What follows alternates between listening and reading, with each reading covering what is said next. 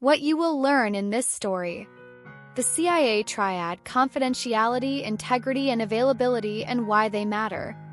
How real-world attackers target all three pillars at once. Key defenses: MFA, zero trust, encryption, immutable logs, DDoS protections. How weaknesses in one pillar can trigger failures in others. Why aligning security with business goals is critical. How mastering these principles builds a strong cybersecurity career. Chapter 2: The Three Magic Powers of Digital Protection. Do you remember our friend Sarah from last chapter? The one who learned about building strong digital castles with lots of walls, giving people only the keys they need, and using the buddy system? Well, Sarah thought she had learned everything she needed to know about protecting her family's digital treasures. She was wrong. One Saturday morning, while Sarah was helping her little brother Alex with his online homework, something very strange started happening to their family's devices. Her mom's phone kept asking for passwords it had never asked for before. Her dad's computer was running slower than usual. And the family's internet seemed to be working only half the time. "That's weird," Sarah said, looking at her tablet. Yesterday, everything was working perfectly. What Sarah didn't know was that cyber pirates had discovered her family's digital castle. But these weren't ordinary pirates trying to break down walls or pick locks. These were special pirates with 3 different kinds of magic spells, each designed to attack a different part of what makes a digital castle truly secure. Little did Sarah know she was about to learn about the 3 most important powers that every digital castle needs to stay safe. Powers so important that every cybersecurity expert in the world organizes their entire job around protecting them. These 3 powers have fancy grown-up names: confidentiality, integrity, and availability. But I like to think of them as the 3 magic powers that every digital guardian must master: the power of secrecy, the power of truth, and the power of always being there. Let me tell you the story of how Sarah discovered these powers, and how understanding them helped her family build the strongest digital castle in their entire neighborhood. The first magic power: the power of secrecy, confidentiality. The trouble started when Sarah's mom got a very confusing phone call. "Hello, Mrs. Johnson," said a friendly voice. "This is calling from your bank. We need to verify some information about your account. Can you please tell me your online banking password?" Sarah's mom was smart. She said, "I think I'll call the bank back myself, thank you," and hung up. But later that evening, Sarah noticed something troubling. When she walked past her parents' computer, she saw that someone had logged into her mom's email account and was reading all her messages. Not just new messages, but old messages too. Messages about family plans, work meetings, and even private conversations between her parents. "Mom," Sarah called. "I think someone is reading your emails." That's when Sarah learned about the first magic power that every digital castle must have: the power of secrecy. Power of secrecy means that your private information stays private. Your family photos shouldn't be visible to strangers. Your parents' work files shouldn't be readable by cyber pirates. Your private messages to friends should stay between you and your friends. Think of it like having a magical treasure chest that only opens for people who are supposed to see what's inside. Everyone else just sees a locked box, no matter how hard they try to peek inside. But how does this magic power actually work? Simpler than you might think, and you probably already know some of the spells. The first spell is called Strong Authentication, but I call it the "Are You Really You" spell. Just like a castle guard who asks, "Who goes there?" before letting anyone pass, digital systems need to make sure people are who they claim to be before showing them secret information. There are 3 different ways to prove you're really you. Something you know, like a password or the answer to a secret question. This is like knowing the secret handshake to get into your treehouse.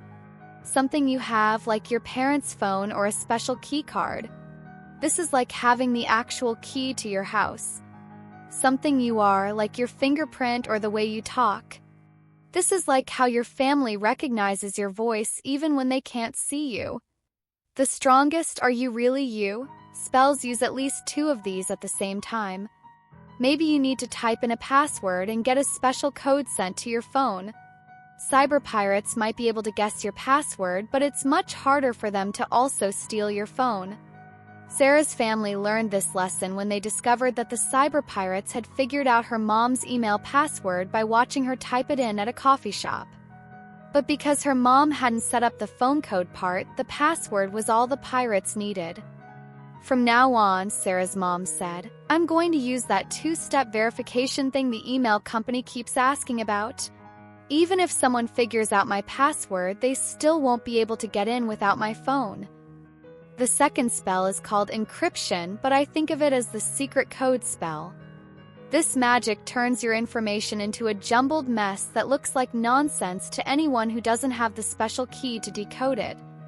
Imagine if you wrote a note to your best friend, but instead of writing "Meet me at the playground at 3 p.m., you wrote "Erneringer Siltebaking 3CZ. Only someone who knows that you've moved each letter forward by 13 places in the alphabet would be able to read your message. Everyone else would just see gibberish. Real encryption spells are much more complicated than that simple example, but the idea is the same. Your information gets scrambled in a way that makes it unreadable to cyber pirates, even if they manage to steal it. Sarah's dad showed her how this works on their family computer. "See this little lock symbol in the corner of the web browser when we visit the bank's website?" he asked. "That means everything we type is being scrambled before it leaves our computer, and only the bank's computers know how to unscramble it." The third spell is called Access Control, which I call the right person, right information spell. This magic makes sure that different people in your family can see only the information they're supposed to see. Remember the right keys rule from our last adventure? This is the same idea but applied to information instead of actions. Little kids might be able to see family photos and play games but not read mom and dad's work emails. Teenagers might be able to access homework websites and social media, but not the family's banking information. Sarah's family set up separate accounts on their computers for each person. Sarah had access to her schoolwork, games, and art programs. Alex had access to his educational games and kid-safe websites. Their parents had access to everything needed for running the household, but even they used different accounts for different activities. "It's like having different key rings for different parts of the castle," Sarah's mom explained. "The keys for the kitchen don't open the treasure room, and the keys for the guest rooms don't open the private family chambers." But the cyber pirates who attacked Sarah's family were clever. Instead of trying to break the encryption spells or guess all the passwords, they had tricked Sarah's mom into giving them her login information by pretending to be from the bank. Once they had legitimate access to her email account, they could read everything just like she could. This taught Sarah an important lesson. The power of secrecy doesn't just depend on technology magic. It also depends on people being smart about who they trust with their secret information. "The best locks in the world won't help if you give the keys to strangers," her dad said. The second magic power, the power of truth, integrity. Just when Sarah's family thought they had the secrecy problem under control, they discovered something even more troubling. The cyber pirates hadn't just been reading their information. They had been changing it. Sarah first noticed this when she was working on a report for school about her family's summer vacation. She was sure she had saved her work the night before, but when she opened the file, half of her writing was gone. In its place was a bunch of random letters and symbols that made no sense. "That's weird," she muttered and started retyping her work. But then her mom discovered something much more serious. When she checked the family's online banking, she saw transactions she had never made. Someone had transferred money between accounts, changed the contact information, and even modified the transaction history to try to hide what they had done. "This is really bad," her mom said, showing the screen to Sarah's dad. "If we can't trust that our information is accurate and unchanged, how do we know what's real and what's been modified by the pirates?" That's when Sarah learned about the second magic power, the power of truth. Power of truth makes sure that information stays exactly the way it's supposed to be.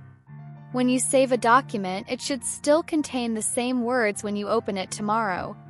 When your parents pay a bill online, the amount should stay the same and not get changed by cyber pirates. When you send a message to a friend, it should arrive with exactly the words you wrote, not different words that someone else substituted.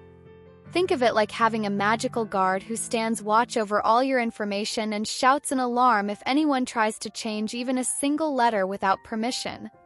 But how does this magic power actually work? The first spell is called hash functions, but I call it the digital fingerprint spell. Just like every person has unique fingerprints, every piece of information can have a unique digital fingerprint that changes if even one tiny detail is modified. Sarah's dad showed her how this works with a simple example. He typed the sentence, "The quick brown fox jumps over the lazy dog," into a special program on his computer. Program created a digital fingerprint that looked like D2 D2 D2 D2 D2 D2 D2 D2. Then he changed just one letter, typing "The quick brown fox jumps over the lazy dog," changing brown to brown. The new digital fingerprint was completely different. F5 F5 F5 F5 F5 F5 F5 F5. See how changing just one letter created a totally different fingerprint, he asked. That's how we can tell if information has been modified. If the fingerprint doesn't match what we expect, we know someone has been messing with our data. The second spell is called digital signatures, but I think of it as the proof of who did what spell. This magic not only proves that information hasn't been changed, but also proves who created it in the first place. It's like having a magical seal that only you can create, and that breaks if anyone tries to modify the document after you've sealed it. If someone receives a document with your unbroken seal, they know it really came from you and hasn't been changed. Sarah's school uses a simple version of this magic. When students submit homework online, the system creates a record showing who submitted what and when. If someone tries to change their assignment after the deadline, teachers can see that the modification happened later.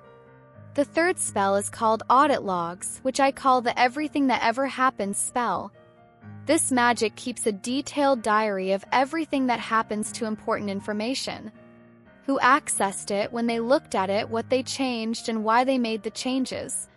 Sarah's family learned about this when they were investigating the banking problems. The bank's computers had kept records showing that someone had logged in using her mom's account information at 3 a.m. on Tuesday and made several changes to the account settings.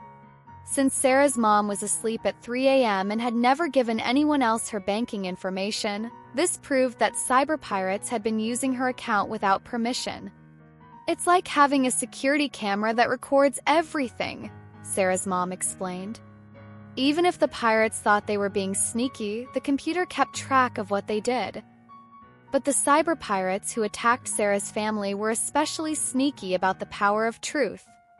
They had tried to cover their tracks by modifying the computer logs that would have shown their activities. They changed the timestamps on files to make it look like they had been created at different times. They even tried to alter the digital fingerprints to match their modified versions of important documents. Fortunately, Sarah's family was using a special backup system that kept copies of everything in a separate location that the pirates couldn't reach. When they compared the information on their main computers with the information in the secure backups, they could see exactly what had been changed. This is why we always keep copies of important information in different places, Sarah's dad said. If someone changes the original, we can compare it with the backup to see what really happened. The attack taught Sarah that the power of truth requires constant vigilance. It's not enough to just check once whether information is correct. You have to keep checking, keep comparing, and keep watching for signs that someone might be trying to fool you. The third magic power, the power of always being there, availability. Sarah thought the worst was over. Her family had strengthened their secrecy protections and set up better truth verification systems. Their digital castle seemed more secure than ever. Then, on Sunday morning, everything stopped working. Sarah tried to check her email to see if her friend had sent her the notes from their group project. Nothing. The page wouldn't load. Alex wanted to watch his favorite educational videos online. The website said it was temporarily unavailable. Sarah's mom needed to pay some bills online before the deadline. The banking website was so slow that it took 5 minutes just to load the login page, and then it crashed completely. Even their home internet was acting strange. Sometimes it worked normally, but other times it was so slow that simple web pages took forever to load. "What's going on?" Sarah asked her dad, who was staring at his phone with a frustrated expression. "I think we're under attack again," he said. "But this time, the pirates aren't trying to steal our information or change it. They're trying to make it impossible for us to use our computers at all." That's when Sarah learned about the third magic power, the power of always being there. Power of always being there means that when you need to use your digital tools, they actually work. When you want to check your email, the email system responds. When you need to do research for homework, the websites load properly. When your parents need to pay bills or do work online, the systems are available and responsive. Think of it like having a magical bridge that's always ready when you need to cross the river. No matter how many people want to use it, no matter what the weather is like, the bridge is always there and always works properly. But cyber pirates have developed special attacks to destroy this magic power. They're called denial of service attacks, but I think of them as digital traffic jams. The most common spell that pirates use is called flooding, which I call the too many visitors attack. Imagine if a popular ice cream shop could serve 50 customers per hour, but suddenly 5,000 people all showed up at the same time. The shop would be overwhelmed and wouldn't be able to serve anyone properly. Cyber pirates do the same thing to websites and online services. They use thousands of computers to send millions of fake requests all at the same time. Targeted website gets so overwhelmed trying to respond to all these fake requests that it can't handle the real requests from legitimate users. Sarah's dad showed her what this looked like by using a tool that monitors their internet connection. "See all these red lines?" he asked, pointing to a graph on his screen. That shows massive amounts of data flooding our internet connection. It's like trying to drink from a fire hose. There's so much fake traffic that the real traffic can't get through. But how were the pirates able to generate so many fake requests? The answer was both clever and disturbing. Pirates had infected thousands of other people's computers, phones, and even smart home devices with special software that turned them into remote-controlled zombies. These zombie devices, called a botnet, could all be commanded to attack the same target at the same time. "So you're saying that other people's computers are attacking us, but those people don't even know it's happening?" Sarah asked. "Exactly," her dad replied. "Their devices got infected with malware, and now the pirates can use them as weapons. The owners have no idea their computers are being used to attack other people." This taught Sarah an important lesson about digital citizenship. When your computers and devices get infected, you're not just putting your own information at risk. You might be involuntarily helping cyber pirates attack other innocent people. The second type of attack is called resource exhaustion, but I think of it as the break the important stuff attack. Instead of overwhelming websites with too many requests, these attacks target the specific parts of computer systems that are most critical for operation. Sarah learned about this when their home router, the device that connects all their computers to the internet, started acting strange. Pirates had figured out a way to make the router use up all its memory trying to keep track of fake connections. Once the memory was full, the router couldn't handle any real connections. It's like if someone kept asking you to remember thousands of phone numbers all at once, her mom explained. Eventually, your brain would be so busy trying to remember all those fake numbers that you wouldn't be able to remember your own phone number. The third type of attack is called amplification, which I call the force multiplier attack. This is where pirates use other internet services to make their attacks much more powerful. Here's how it works. The pirates send a small request to a public service like a time server, but they fake the return address so the response goes to their target instead of back to them. The time server sends a much larger response to the target. It's like mailing a postcard to someone but putting your neighbor's address as the return address, so when they reply with a huge package, it gets delivered to your neighbor instead of you.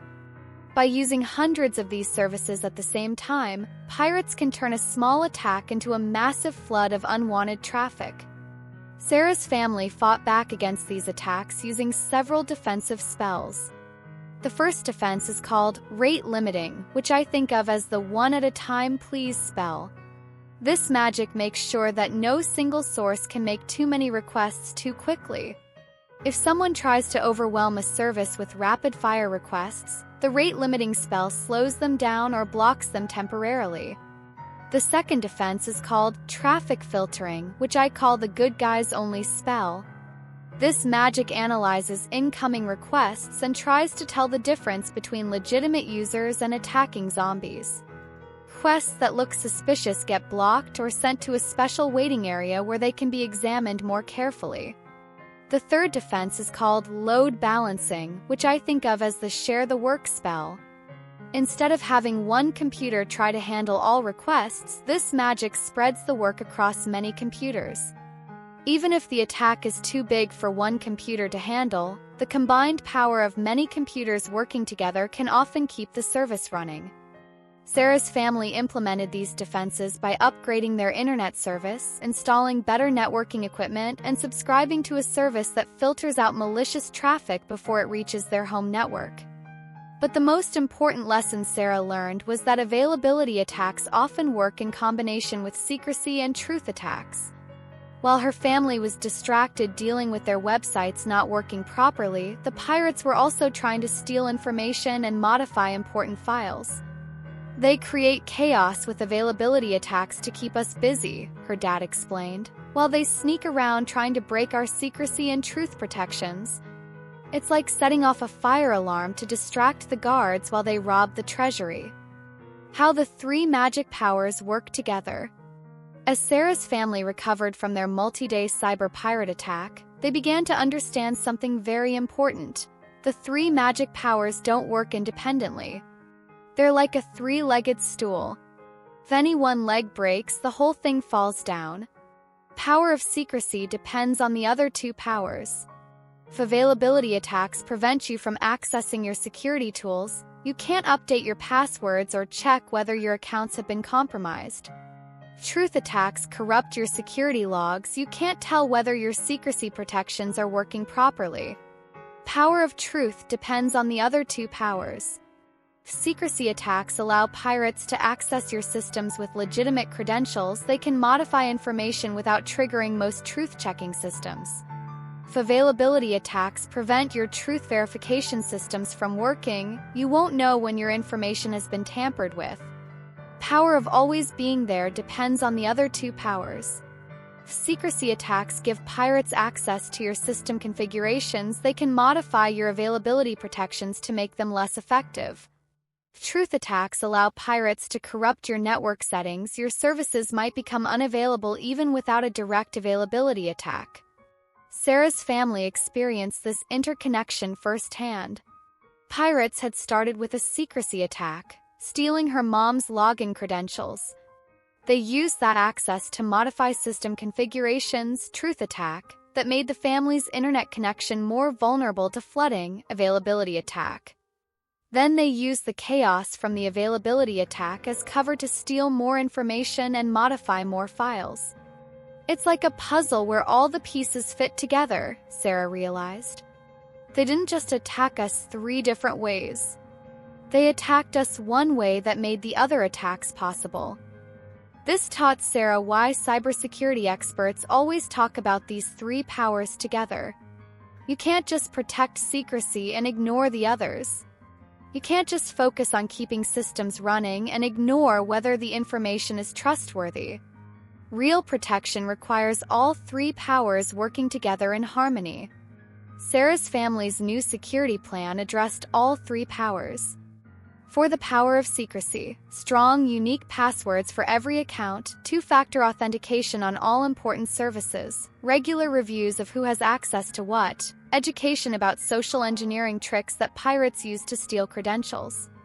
For the power of truth, automated backups that can't be modified, digital signatures on important documents, audit logs that track all changes to critical information, regular comparisons between primary systems and secure backups. For the power of always being there, multiple internet connections from different providers, network monitoring tools that detect unusual traffic, automatic failover systems that switch to backup services if primary services go down, rate limiting and traffic filtering to block malicious requests. Most importantly, they set up monitoring systems that watch for attacks on all three powers simultaneously and alert the family whenever anything suspicious happens. Your family's three powers assessment. Now that you understand the three magic powers, it's time to see how well your family's digital castle is protected. Remember, you need all three powers working together for real security. Here are some questions to discuss with your family. For the power of secrecy, do you use different passwords for different accounts, or do you reuse the same password in multiple places? Do your important accounts, like email and banking, require two different things to log in, such as a password and a code sent to your phone? Do you know how to tell if a website is using encryption? Look for the lock symbol in your browser. Do you know what information each family member can access on shared devices? For the power of truth, do you have recent backups of important information stored somewhere safe? Do you know how to check if a file has been modified since you last saved it? Do you keep track of what changes you make to important documents and when you made them? Do you know how to tell if an email or message really came from the person it claims to be from? For the power of always being there, do you have a backup plan if your main internet connection stops working? Do you know what to do if an important website or service becomes unavailable? Do you understand the difference between your internet being slow and a website being under attack? Do you have alternative ways to access important services if your primary methods don't work? If you answered not really or I don't know to several of these questions, don't worry. Most families are still learning about these concepts. The important thing is that you're starting to think about them. The never-ending adventure. Sarah's story teaches us that cybersecurity isn't something you set up once and then forget about. Cyber pirates are always developing new attacks, new tricks, and new ways to target the three magic powers. Protecting your family's digital castle requires ongoing attention, continuous learning, and regular updates to your defenses. But here's the good news. Once you understand the three magic powers and how they work together, you have a framework for understanding any cybersecurity challenge. New threats might target secrecy, truth, availability, or combinations of all three. But if you're protecting all three powers with multiple layers of defense, you'll be prepared for whatever the pirates throw at you. Sarah's family learned that the strongest digital castles aren't built with the most expensive technology or the most complicated security systems. They're built by families who understand the fundamentals, who work together as a team, and who stay alert for new challenges. The three magic powers, secrecy, truth, and always being there, are your foundation. Master them, and you'll be ready for whatever comes next in your digital castle building adventure. Remember, every expert was once a beginner. Every secure family started with learning the basics. Every strong castle began with understanding what needed to be protected and why. Your adventure in building an unbreakable digital fortress has only just begun. Next chapter, The Secret Castle's Master Builder, How Invisible Fortresses Are Designed to Protect Everyone, where we'll discover how master architects design magical protection systems with 7 different types of guardians, and learn why building digital castles requires thinking like both a constructor and a detective at the same time. If you enjoyed this video, be sure to subscribe to the channel for the latest updates.